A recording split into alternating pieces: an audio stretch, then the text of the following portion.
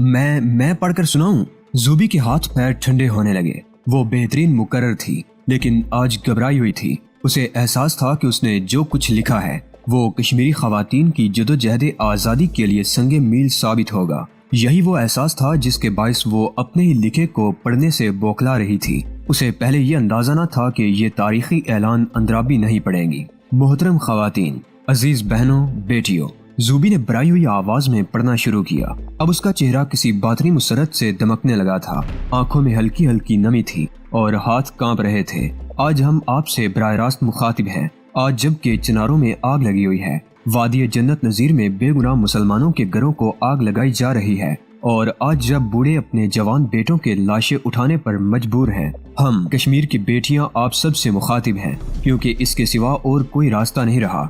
हमें वो दिन याद है जब हम अपने भाइयों की बारात लेकर बनी सजी गीत अलापती हुई जाया करती थी, मगर आज की सूरत हाल बिल्कुल मुख्तलिफ और बेहद तकलीफ दे है। आज इस वादी में हर गली हर मोहल्ले में शहीदों की बारातें नजर आती हैं। माएँ अपने लाडलों को, बहनें अपने प्यारों को और बेटियां अपने सहारों की मैयतों पर फूल चढ़ा रही हैं। पहले दुल्हन रुखसत करके लाई जाती है और अब जन्नत के दुल्हा अलविदा किए जाते हैं। हाँ, हमारी माँ को इल्म है कि इन्हें उनके बेटे जन्नत में मिल जाएंगे। बहनों को पता है कि उनके लाडले भाई अपनी बहनों का सुहाग सलामत रखने के लिए आतिश फशां से खेल रहे हैं, और दुख की मारी यतीम बच्चियों को इल्म है कि उनका बाप उनके कल पर अपना आज कुर्बान कर गया है। हिंदू हुक्मरानों और उनके कासा लैस नाम निहाद मुसलमान रहनुमाओं ने जन्नत नजीर कश्मीर को जहन्नुम बना डाला है। हम आपसे अपील करती हैं कि उठिए, अपने भाइयों का हाथ बटाइए जो जुल्म का उड़ता हुआ हाथ तोड़ रहा है। आंखें खोलिए कि आपका लाडला बेटा दुश्मन की आंखों में आंखें डाले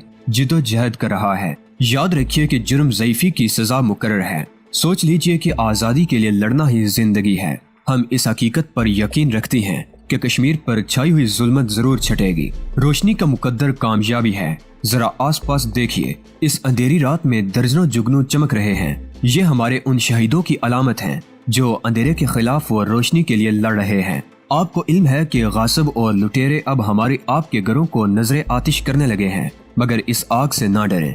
आग गुलो गुलजार भी हो जाती है, और फिर हम तो आले इब्राहिम हैं। नमरूद की खुदाई हमें कभी गवारा नहीं रही। आपने उस बच्ची की तस्वीर देखी जिसके चेहरे पर शहादत का गाजा और सादत की लाली थी। उसे किस वजह से बर्बरियत का निशाना बनाया गया? इसका जुर्म आज़ादी की तमन्ना था। आइए चंदीगाम के मनाजरे फितरत के तहफ़्फ़ुज़ की खातिर देहात में चावल की छड़ाई का काम करने वाली औरतों को जुल्म के हाथ से बचाने के लिए, फूल से मासूम फरिश्तों के मुस्तकबिल के नाम पर, आज़ादी के लिए, इस्लाम, कुरान और पाकिस्तान की खातिर हम सब मुत्तहिद हो जाएं।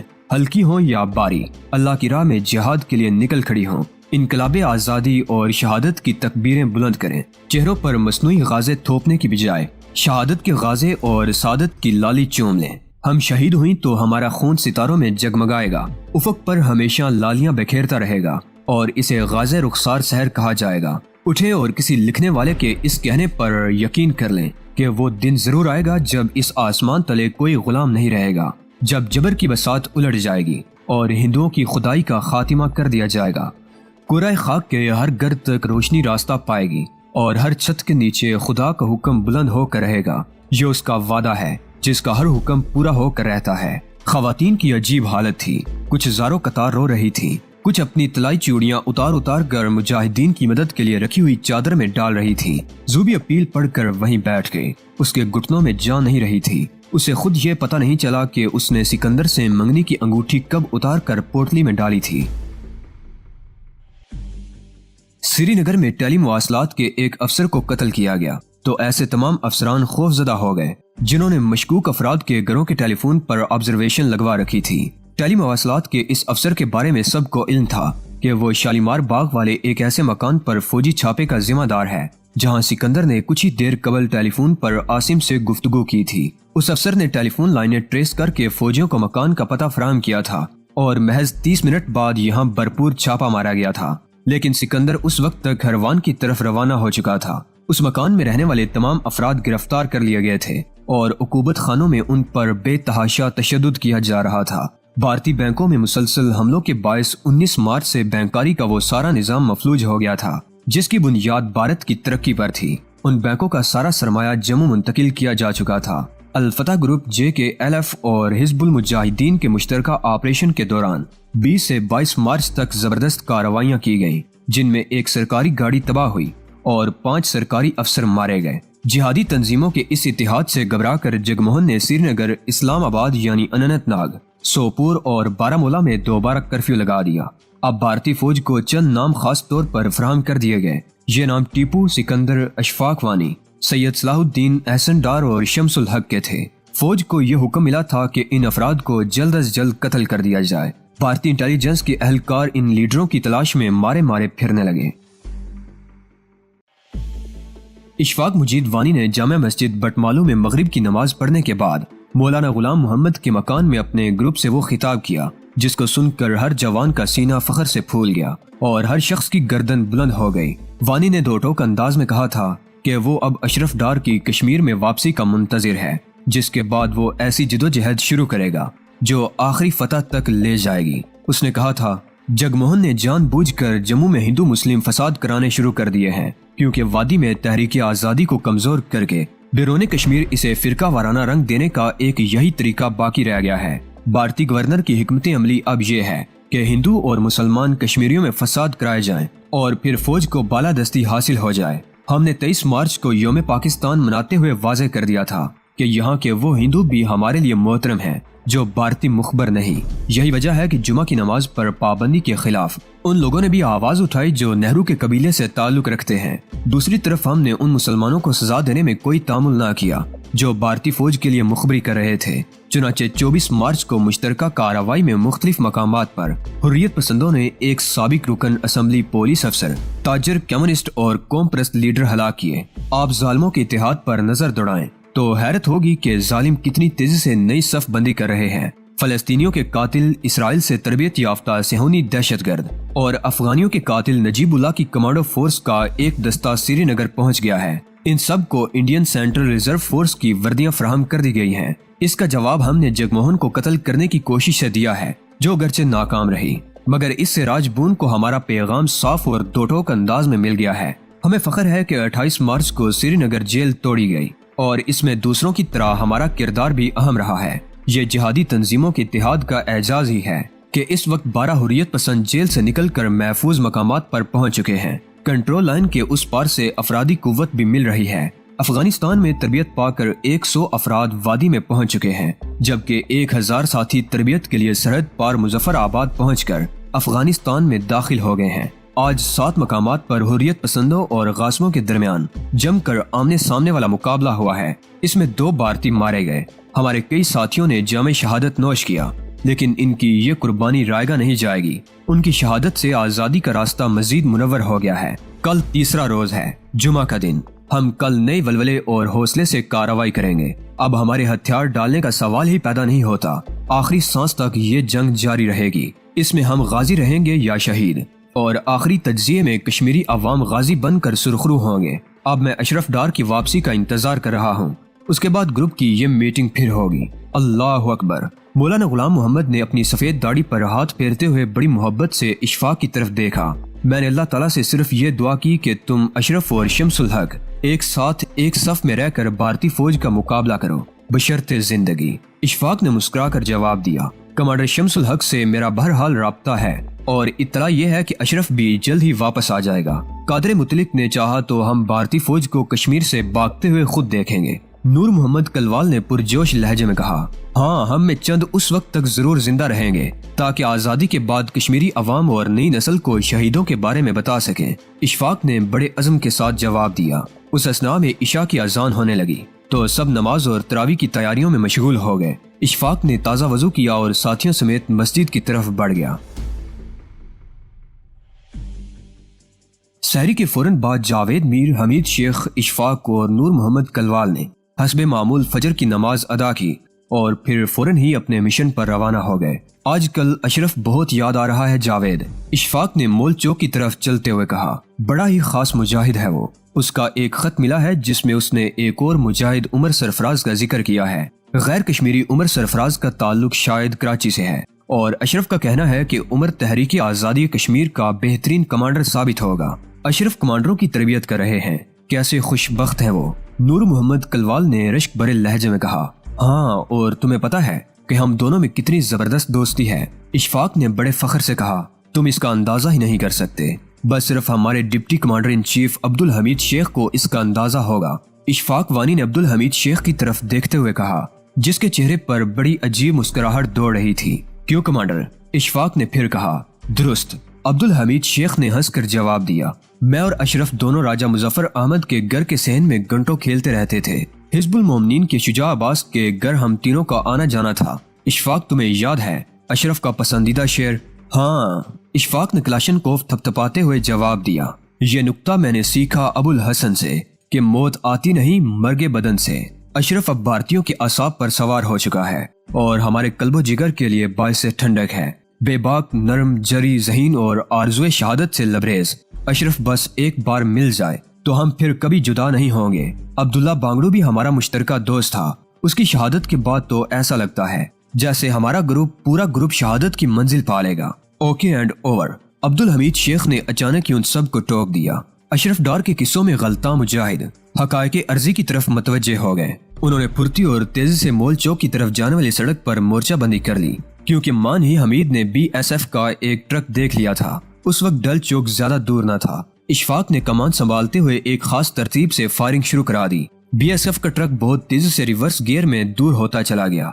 होशियार, इशफाक ने तेज लहजे में कहा। नूर मोहम्मद कलवाल की आंखें नीम तारीकी में हर तरफ देखने लगी। वो इस मुख्तसर से ग्रुप का OP था। ऑब्जर्वेशन पोस्ट वही बनता था। एक और भारतीय जीप नमूदार हुई तो कलवाल ने मखसूस इशारा दिया, जिसके साथ ही मुजाहिदीन ने फायरिंग शुरू कर दी। इस फायरिंग का फौरी और बहुत सख्त जवाब मिला। उसी असना में डल चौक के इर्द गिर्द भारतीय बंकरों ने भी फायर खोल दिया। कई गोलियां नूर मोहम्मद को लगी, लेकिन वो मुसलसल हरकत करता रहा। उसका पैरहन बुलेट प्रूफ था, जबकि दूसरे साथियों के पैरहन गोलियों से छलनी हो गए थे। फायरिंग की आवाज सुनते ही धड़ाधड़ दरवाजे खुलने लगे। ये क्या हमाकत है? इशफाक मुजीद वानी ने घबरा कर कहा। ये सब भारतीय गोलियों का शिकार हो जाएंगे। घरों को वापस जाओ। हमीद शेख ने चिल्लाकर लोगों को हिदायत की। वापस जाओ। इशफाक किसी शेर की तरह दौड़ा और फिर नूर मोहम्मद से बोला, नूर भाई, हमसे यकीनन गलती हुई है। लगता है कि किसी जाल में फंस गए हैं। तुम लोग निकल जाओ। और तुम? जावेद मीर ने तेजी से कहा। मैं भला कहाँ जा सकता हूँ? इशफाक बोला। दूसरी तरफ नूर मोहम्मद ने बहुत तेजी से फायरिंग शुरू कर दी। जावेद के करीब से एक बरस्त गुजरा। उसने डुबकी मारी, मगर उसी लम्हे इशफाक मुजीद वानी की रान पर गोली आ लगी। बंदूक गिर गई। इशफाक, नूर मोहम्मद ने दाड़ते हुए पूरा बरस दुश्मन की तरफ फायर कर दिया। चलो निकल चलो। वो फिर चिल्लाया। मैं कवर देता हूँ। जावेद, हमीद, इशफाक जख्मी है, तुम लोग जाओ। इशफाक ने अपनी क्लाशनकोफ फिर उठा ली। अब यही बहस हो रही थी कि एक जमे गफीर नजर आया। ये आम लोग थे, गैर मुसल्ला मगर आजादी के लिए जज्बों से पूरी तरह लैस, निहत्ते मगर जज्बा जिहाद से मुसल्ला। वो मुजाहिदीन और भारतीय फौज के दरमियान हायल हो गए। चंद ही लम्हे बाद इशफाक जमीन पर गिर रहा था।